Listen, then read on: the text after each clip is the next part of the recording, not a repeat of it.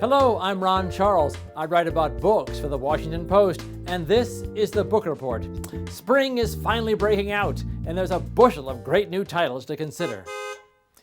Ann Tyler, one of America's most beloved authors, has been writing about the mingled joys and sorrows of family life for more than half a century.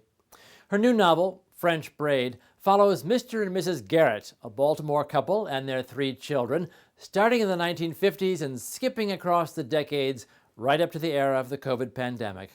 It's a story as familiar and reassuring as an old friend who can still surprise us. Mercy Street by Jennifer Haig explores the precarious status of legal abortion, and it may be the last novel about abortion that appears before the Supreme Court rules on several challenges to Roe v. Wade. At the center of the story is Claudia, an experienced counselor at a reproductive health clinic in Boston. As she goes about helping women who are facing all kinds of challenges, the clinic is constantly surrounded by protesters, and unbeknownst to Claudia, some of them are plotting a violent attack. When John Wilkes Booth assassinated President Abraham Lincoln, he changed the course of American history. But how did the well-known actor come to commit such a consequential act of violence?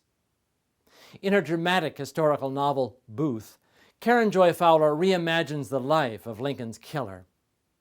She introduces us to Booth's troubled father, once a famous actor himself, and Booth's siblings, who grow increasingly alarmed by their brother's behavior.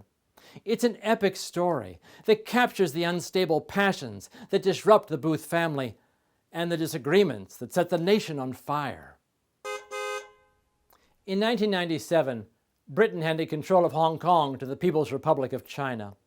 Karen Chung was 4 years old when that transfer took place, and since then she's lived through Beijing's crackdown on the freedoms that Hong Kong once enjoyed.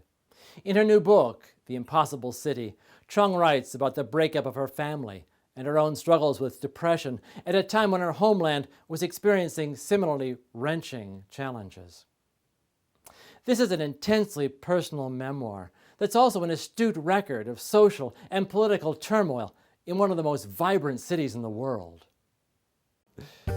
For these and other suggestions about what to read this spring, contact your librarian or local bookseller.